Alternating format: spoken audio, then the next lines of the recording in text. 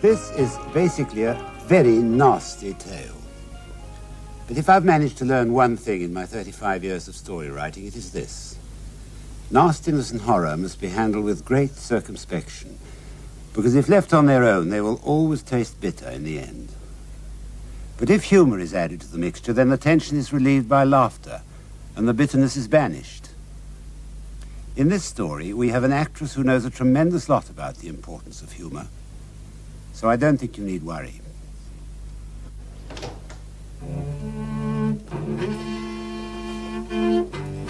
Come along now, Mrs. Palm. It's for the best. Happy release. Would you like to come into Sister's office? That's right. Quietly now, dear.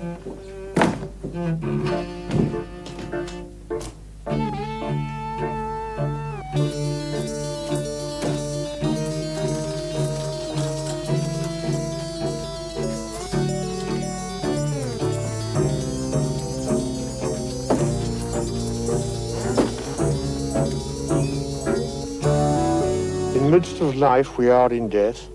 Of whom may we seek for succour but of thee, O Lord, who for our sins art most justly displeased?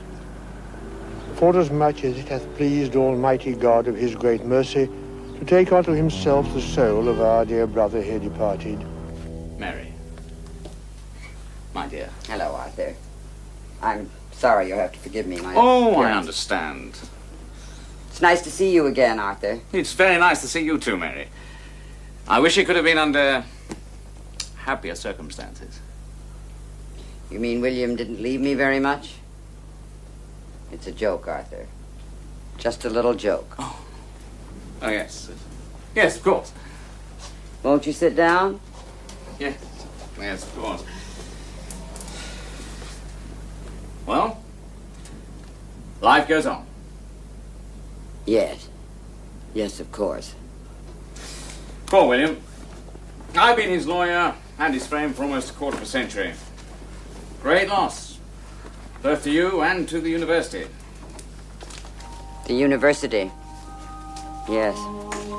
Well, all that was in the obituary notices. I'm sure you must have felt extremely gratified. The greatest academic brain of his day. Academic? Yes. Well, it's all fairly straightforward. But I'm afraid you're quite right, my dear. William didn't leave a great deal. This house and about £3,000. I see I'll just have to go on living in the style to which I have been accustomed. That's another joke, Arthur. Oh, yes, yes. There is something else. A sealed letter.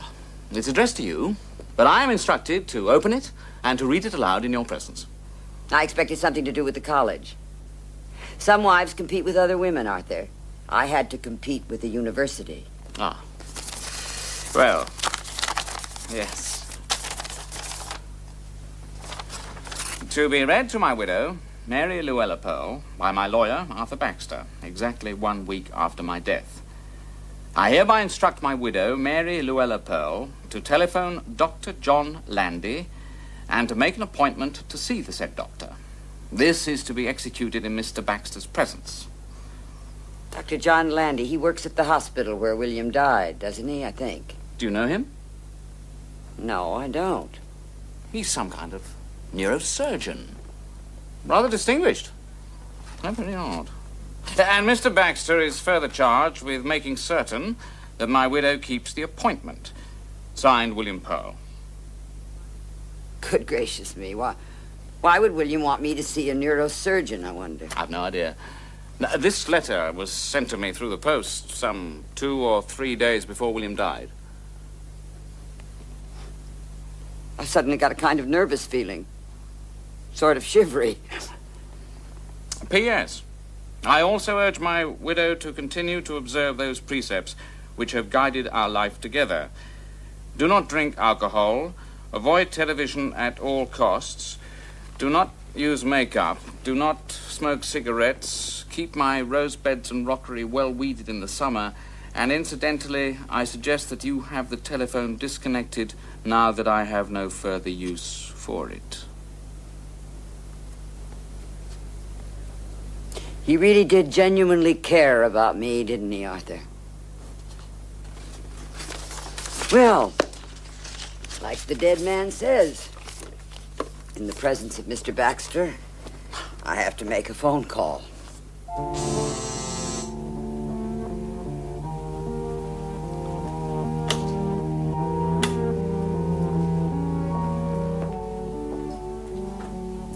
Yes? Mrs. Pearl and Mr. Baxter are here. Show them in.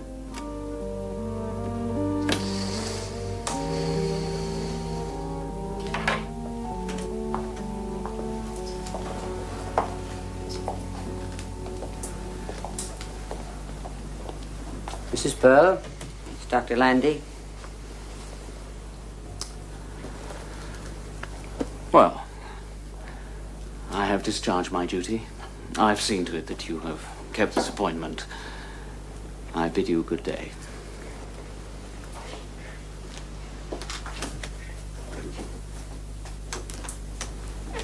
Do sit. Thank you.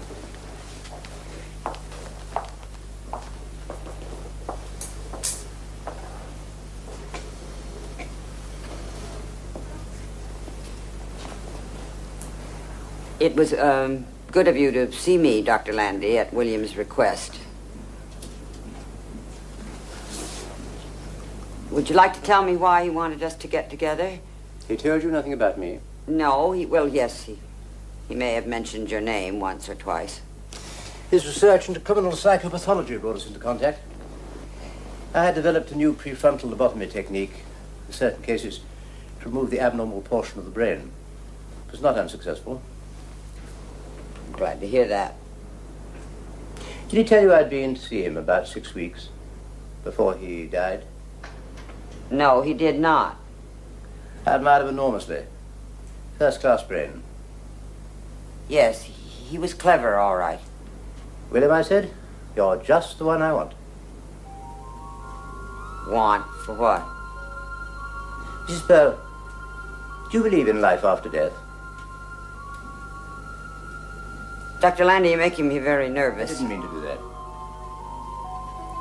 Yes, well, it's just that, ever since Mr. Baxter read me William's letter, I've had this feeling Yes? about William. Yes? I've had this feeling, you'll probably laugh at me, but I have had this feeling that William is watching me. Extraordinary. Thank you. I expect it's the after effects of grief. Perhaps. Perhaps not. You'll understand more when I tell you about the agreement William and I reached Agreement? shortly before his death. About what? What do you say if I were to tell you that William is alive? Well, I'd say that you were in need of one of your prefrontal lobotomies. That's what I'd say, I think. I'm not joking. We buried William, Dr. Landy, remember? Nevertheless, he's alive. He's in there. I didn't mean to upset you. Feeling better now? Dr. Landy, may I ask you a question? Please. If William is alive and behind that door, why don't you ask him to come in here? It's not quite like that, Mrs. Pearl. Don't you think you ought to tell me what it is quite like?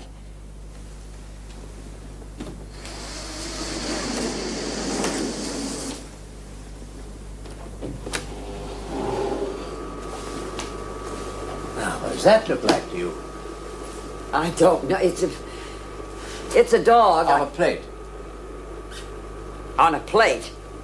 The dog's head is on the plate. His name is Igor. He's Russian. The head has been completely severed from the body. Oh, God. But it is alive.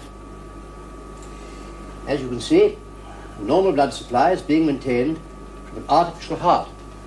The brain is functioning. Now, as we can see, food is being offered. The dog's tongue comes out to lick it away. Wait a minute. Wait a minute. What in God? Not so fast, Mrs. What in God? I put it to William. I said, if it is possible for a dog's brain to remain alive, why should the experiment not be perfected upon a human being? Oh, my God. You've got William's head in there. I put it to William. I said what I need is a guinea pig, a human guinea pig, of course. And he agreed. He did? Yes, he agreed. Don't believe you. I don't believe you. William would never have agreed to anything, so he was much too... Cautious. Well, I put it to him exactly how I would proceed. First, I would have to enlist the aid of an artificial heart.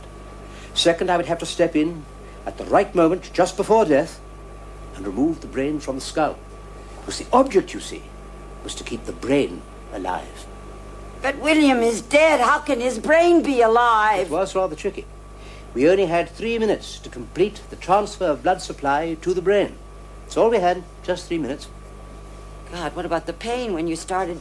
William asked me that question, so I agreed to give him a shot of procaine, just in case. You gave a dead body an anesthetic? No. At that moment, the body was not yet dead. So William insisted. Well, I won't go into the vast amount of technical problems we had to overcome, but suffice it to say that the experiment was a complete and unqualified success. But I don't understand. What is the point of just having a brain? Because it continues to function. It continues to function? You've got it hooked up to an encephalograph. The slightest response is recorded. Now, I have transferred it to a basin containing what we know as Ringer's solution. It's used for irrigation in neurosurgery. The stubs, the arteries and the veins are connected to the heart machine, and all its thinking processes are working beautifully.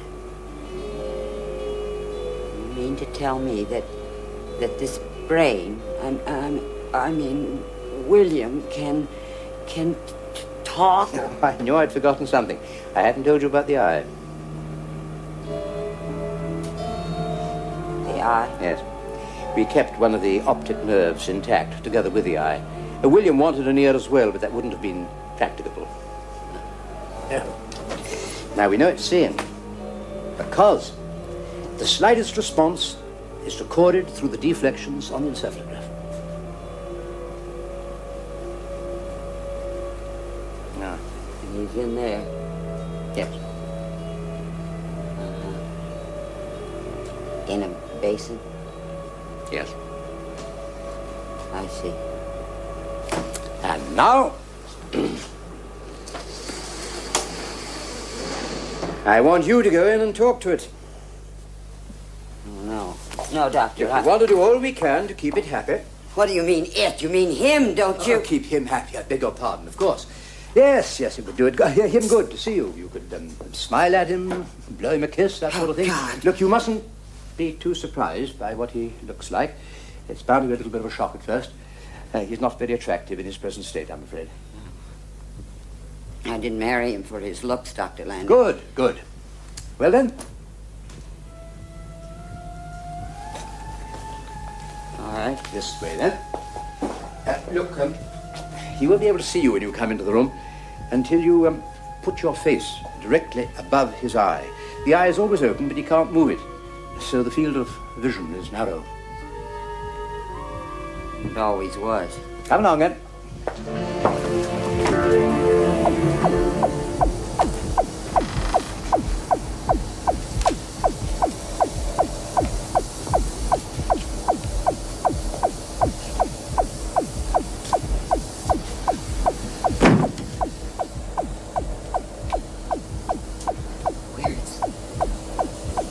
Where is he? No need to whisper. He can't hear a thing. All right. Just move a little closer. This way. Now, you see? His eye. Right eye. Now, the brain, the ring of solution in the basin is contained by this box that leads to the artificial heart. His eye is floating, ring of solution again, in this plastic container. There's a lens attached, similar to one that he had in his own spectacles. So at the moment, he's looking up at the ceiling.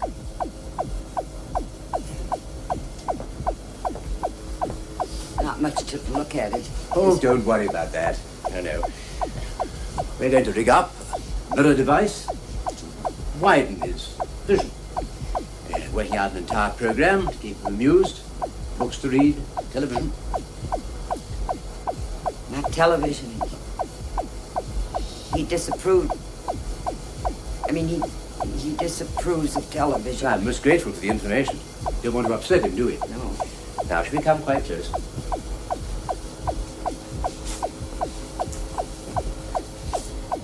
There is William. Now, you'll have to put your face right above his eye. Now you can see me. Yes. And he can see you. You can smile at him. Of course, he can't smile back.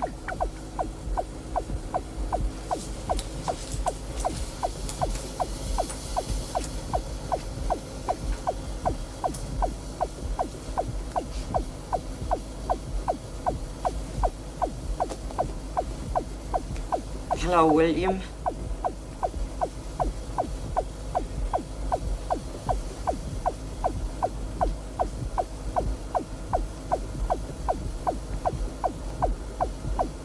It's me, Mary. He's seen you. Oh, he's recognized you.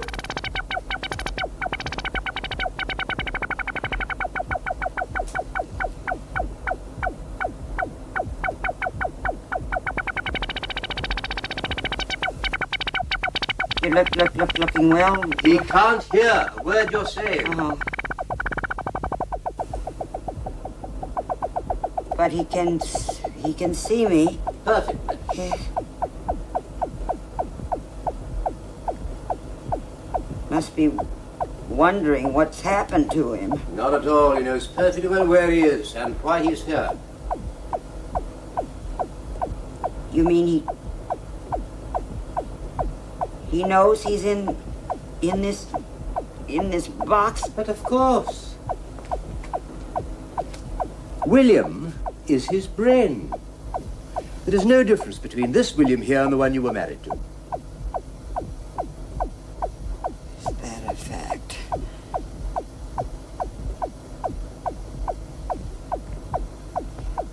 He's quiet now, isn't he? Naturally, he's quiet. Odd, William, quiet.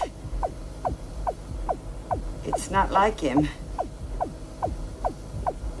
Not like him at all. You'll get used to it. I don't know. Funny feeling. That eye. Still watching me after 22 years. Exactly.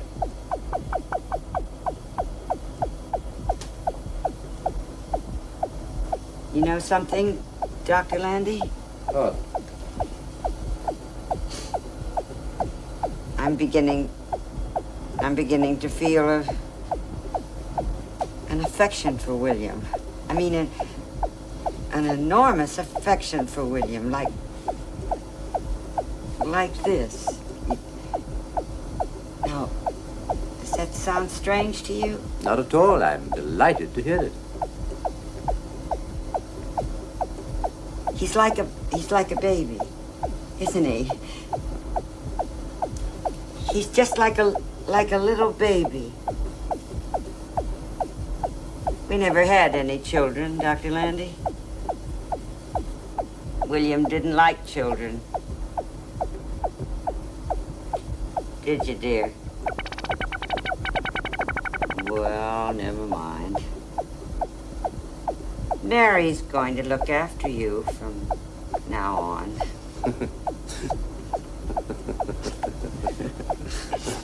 When can I take him home, Dr. Landy? I beg your pardon? I said, when can I take him home, to my home, to our home? Oh, he couldn't possibly be moved. I don't see why not. This is an experiment, Mrs. Bell. One man's experiment is another woman's husband, Dr. Landy. You're joking. No, I'm not joking. But this entire equipment. I have plenty of room in my house for all this equipment. I couldn't possibly permit it. Dr. Landy, you mustn't come between a husband and wife. But you're a widow. But that's not what you said. William is alive. There is no difference between this William here and the one you were married to. But No more buts, Dr. Landy. he bequeathed his brain to me. Nuts, Dr. Landy. He's my husband. And I want him home. Now, come on, William. Admit it. Perfect, isn't it? The two of us, alone, here, together. Take it easy, William. You do yourself an injury. I don't know about you, but I feel wonderful. I mean, we don't argue anymore. You don't criticize me all the time. I don't have to wash and iron your shirts. I don't have to cook your meal. All I have to do is to listen to the throb of your heart machine. Do you know it's a rather soothing sound, actually? And not loud enough to interfere with the television. Oh, I'm sorry. There. Can you see all right? Now, don't look cross, William. It's no good looking cross. Cheer up. Here's mud in your eye.